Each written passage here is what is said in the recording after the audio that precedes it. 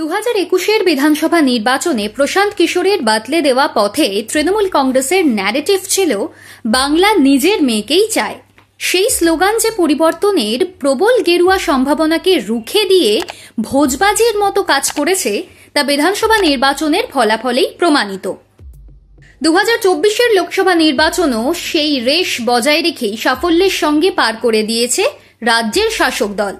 এবার আসন্ন 26 নবান্ন দখলের নির্বাচনও যে বাংলা আর বাঙালির ভাষ্যের উপর দাঁড়িয়ে তৃণমূল কংগ্রেস লড়তে চাইছে তা এখন দিনের আলোর মতোই পরিষ্কার।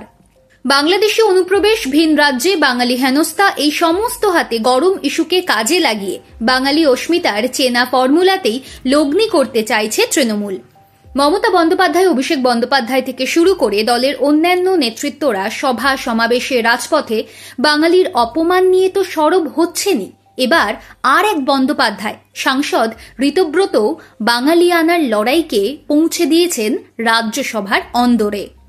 রবীন্দ্রনাথ ঠাকুরের বাংলার মাটি বাংলার জল গানটিকে রাজ্য সঙ্গীত হিসেবে স্বীকৃতি দেওয়ার পাশাপাশি 2023 সালে রাজ্য বিধানসভায় প্রস্তাব পাশ করিয়ে পয়লা বৈশাখকে পশ্চিমবঙ্গের প্রতিষ্ঠা দিবস হিসেবে চিহ্নিত করেছিল রাজ্য সরকার।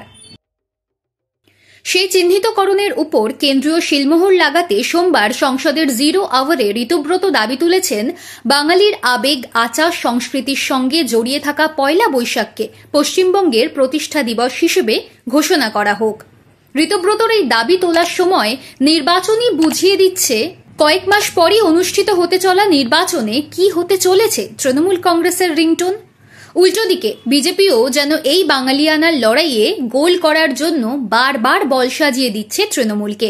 2021 নির্বাচনের শেষ লগ্নে অমিত শাহের প্রচারে বিদ্যাসাগরের মূর্তি ভাঙা যে বিজেপির বিরুদ্ধে গিয়েছিল তা বলাই বাহুল্য। 2026 দোরগোড়াতে দাঁড়িয়েও মনে হচ্ছে সেই ভুল থেকে শিক্ষা নেয়নি গেরুয়া শিবির, বরং বাংলার মনীষীদের সম্পর্কে একের পর এক বেফাঁস মন্তব্য করে বঙ্গজয়ের পথে কাঁটাই বিছোচ্ছে তারা।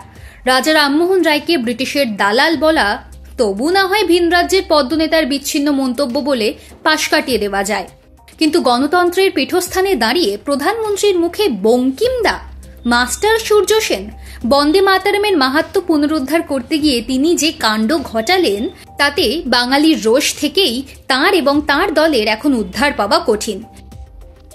একেই তো বিজেপির লড়তে নামা 70% উপর দাঁড়িয়ে, তার উপর বিজেপি যতই হিন্দুত্বের ধ্বজা ওড়াক না কেন বাঙালি হিন্দুদের কাছে এখনো তাদের সার্বিক গ্রহণযোগ্যতা নেই। বাংলার জনগণের একটা বড় অংশের কাছে বিজেপি এখনো বহিরাগত হিন্দি বলয়ের দল। এরপর আবার বাংলার মনীষীদের অসম্মানের অভিযোগে যদি এভাবে পর বিদ্ধ হতে হয় তাহলে ফলাফল কি হতে পারে পরীক্ষায় বসার আগেই ক্রমশ স্পষ্ট হয়ে যাচ্ছে। আসলে বিজেপির এখনো বাঙালি হয়ে ওঠাই হয়নি। বাঙালির আবেগকে আরোপিত ভাবনায় আপনার করতে গিয়ে বারবারই বেআব্রু হয়ে পড়ছে তারা।